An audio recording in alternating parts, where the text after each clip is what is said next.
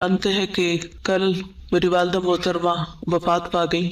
کسی کی بھی وفات انسان کو جہاں دکھی کرتی ہے، اس کی جدائی انسان کے لیے تکلیف دہ ہوتی ہے، اس انسان کے جانے کی کمی شدید محسوس ہوتی ہے، وہاں اپنی موت کا بھی خیال شدت سے آتا ہے. یہ وہ وقت ہوتا ہے جب انسان اپنی موت کو یاد کیے بغیر رہ ہی نہیں سکتا. ہم کتنے بھی اس بات سے غافل ہوں، کتنا بھی بھولے رہیں، لیکن بہرحال ہم نے ایک دن اس دنیا سے جانا ہے.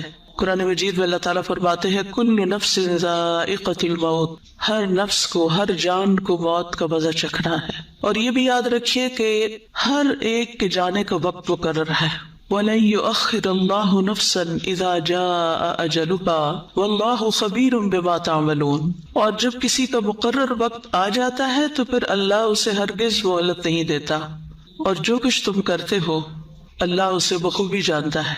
جیسا کہ آپ جانتے ہیں کہ والدہ محترمہ جو تھی وہ کئی سالوں سے مسلسل یہاں ایک ہمبل طالب علم اور علم کے محبت کرنے والے انسان کی طرح تقریباً روزانہ آتی تھی، سوائے کسی سفر کی وجہ سے یا شدید بیماری کی وجہ سے. چھوٹی موٹی تکلیف اور چھوٹی موٹی دکھ درد تو انہوں نے کبھی اس کی پرواہ ہی نہیں کی تھی. بڑھاپا بذات خود ایک بیماری بن جاتا ہے انسان کے لیے، لیکن انہوں نے کبھی اس بات کو محسوس نہیں کیا اور اپنے علم کا سفر جاری رکھا.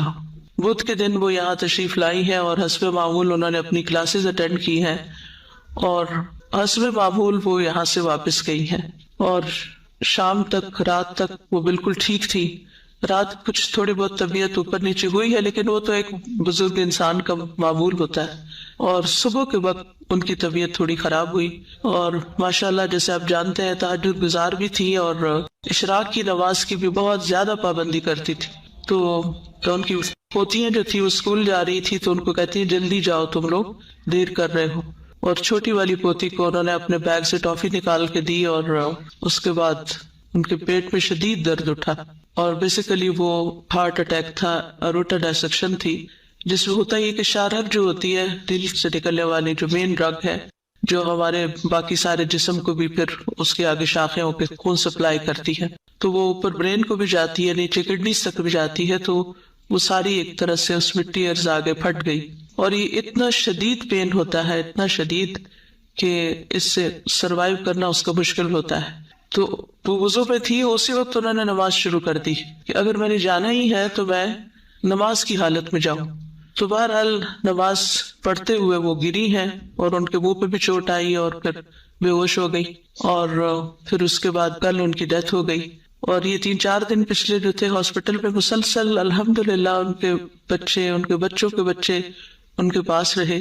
اور میں ایک ہی بات پر غور کر رہی تھی کہ بالکل ایک نارمل لائف گزار رہی تھی، وہ اپنی روٹین کے کام کر رہی تھی، آ رہی تھی، جا رہی تھی، اور یہ صرف موت کا بہانہ تھا نا، موت کا وقت لکھا تھا وَلَن يُؤَخِّرَ اللَّهُ نَفْسًا إِذَا جَاءَ أَجَلُهَا، اور اس میں بھی جو گھنٹہ، جو منٹ، جو سیکنڈ لکھے ہوئے تھے اسی پر ہی موت کا فرشتہ آیا اور وہ دنیا سے رخصت ہو گئی.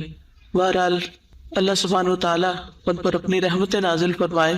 اس تکلیف میں، یعنی کہ اس اٹیک کے بعد، اسٹروک کے بعد مسلسل شدید تکلیف میں تھی، اور بیچ بیچ میں غنودگی آ جاتی تھی، لیکن یہ ہے کہ جب بھی ہوش آتا تھا، اور خصوصاً نمازوں کے اوقات میں، حیرت کی بات ہے جیسے تہجد کے وقت تو رسپونڈ کرنے لگتی تھی، ہاتھ اٹھانے لگتی، نمازوں کے اشارے کرنے لگتی. اور پھر یہ کہ ایک دن پہلے شام کے وقت ہاتھ اٹھایا اس طرح، یعنی پوری طرح ہوش میں بھی نہیں تھے، لیکن ہو سکتا ہے ہوش میں ہوتی ہوں، تو ایسے ہمیں گلے ملی، یعنی ہم سب آگے آگے ہوئے، گلے ملی، سر پہ ہاتھ پھیرا. وہی حسب معمول جو بہت ہی محبت کرنے والی اور ہر ایک کا احساس کرنے والی. تو ایسے دل میں تھوڑا سا خیال ہے کہ شاید یہ رخصتی کی ملاقات کر رہی ہے، یا اللہ عالم، کیونکہ انسان غیب کا علم تو نہیں جانتا کہ کون سی چیز کس لیے ہو رہی ہے، لیکن انسان اندازے اور قیافے ہی کرتا ہے. بہرحال ان 3-4 دنوں کی جو تکلیف تھی وہ دیکھی نہیں جا رہی تھی. تو یاد رکھیے موت کی اپنی سختیاں ہوتی ہیں، ان بیماریوں کی اپنی تکلیفیں ہوتی ہیں، اور کسی کی بھی تکلیف کو دیکھ کر انسان یہ نہ سوچے کہ وہ انسان شاید اس نے کوئی بہت گناہ کیے ہیں اس وجہ سے. حضرت انس کہتے ہیں کہ جب رسول اللہ صلی اللہ علیہ وسلم نے موت کی شدت محسوس کی تو فاطمہ رضی اللہ عنہا کہنے لگی ہائے تکلیف.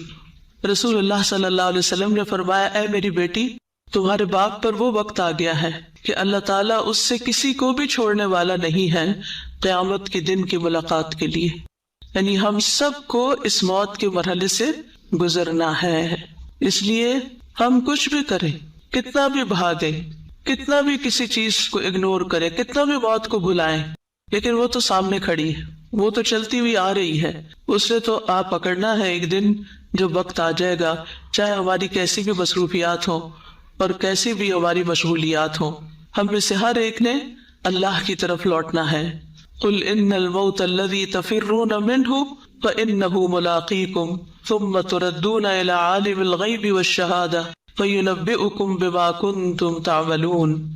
کہہ دیجئے جس موت سے تم بھاگتے پھرتے ہو وہ تمہیں پہنچ کر ہی رہے گی، پھر تم چھپے کھلے کے جاننے والے کی طرف لوٹائے جاؤ گے اور وہ تمہیں تمہارے کیے ہوئے کام بتلا دے گا.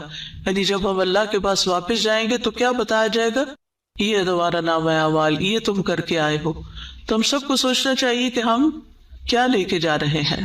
رسول اللہ صلی اللہ علیہ وسلم نے فرمایا تم جانتے ہو کہ ہمیں اللہ کی طرف لوٹنا ہے، تم جانتے ہو کہ ہمیں اللہ کی طرف لوٹنا ہے. اسی لیے ہم کیا کہتے ہیں کسی کی وفات کی خبر سن کر؟ انا للہ و انا الیہ راجعون. پھر جنت کی طرف یا جہنم کی طرف جانا ہے، اور وہ ایسی مستقل اقامت گاہ ہے کہ وہاں سے روانگی نہیں ہوگی، اس سے آگے کا کوئی سفر نہیں. وہ ایسی ہمیشگی ہے کہ جس میں موت نہیں آئے گی، اور وہاں ایسے جسم ہوں گے کہ جو مرنے والے نہیں ہوں گے، جن پر فنا نہیں ہوگی. اور یہ بھی یاد رکھیے کہ موت کی سختی ایک اٹل حقیقت ہے. قرآن مجید میں آتا ہے وَجَاءَتْ سَكْرَةُ الْمَوْتِ بِالْحَقِّ ذَلِكَ مَا كُنْتَ مِنْهُ تَحِيدُ. موت کی سختی حق لے کر آ پہنچی، یہ حق کے ساتھ آ گئی. یہی ہے جس سے تو بھاگتا پھرتا تھا. یعنی انسان اس کو فیس نہیں کرنا چاہتا اور وہ سامنے آ جاتی ہے. رسول اللہ صلی اللہ علیہ وسلم کی وفات کے وقت آپ کے پاس ایک بڑا پانی کا پیالہ تھا جس میں آپ اپنا ہاتھ ڈالتے تھے اور پھر اس ہاتھ کو چہرے پر ملتے تھے اور فرماتے لا الہ الا اللہ. بلا شبہ موت میں تکلیف ہوتی ہے.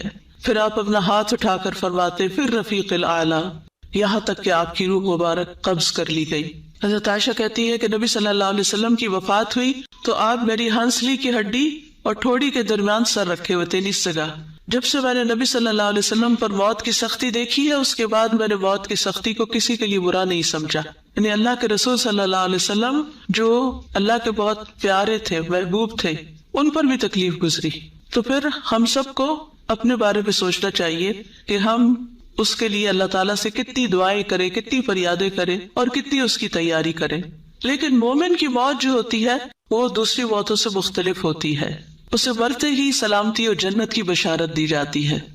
سورۃ النحل میں آتا ہے الذین تتوفاہم الملائکۃ طیبین یقولون سلام علیکم ادخلوا الجنۃ بما کنتم تعملون ادخلوا الجنۃ بما کنتم تعملون.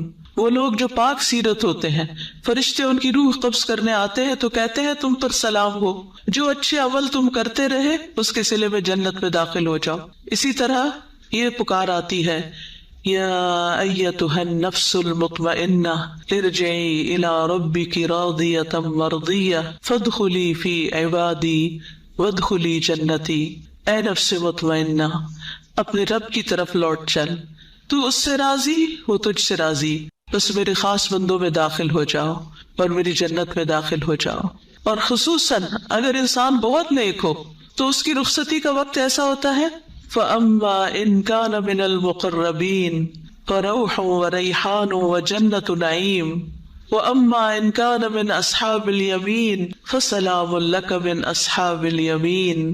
بس اگر وہ مقربین میں سے ہے تو اس کے لیے راحت، عمدہ رزق اور نعمت والی جنت ہے.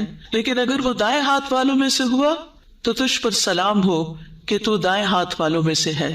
یعنی اس کو بھی فرشتے آ کر سلام کرتے ہیں. ابھی کی وفات کے وقت زکیہ پاس تھی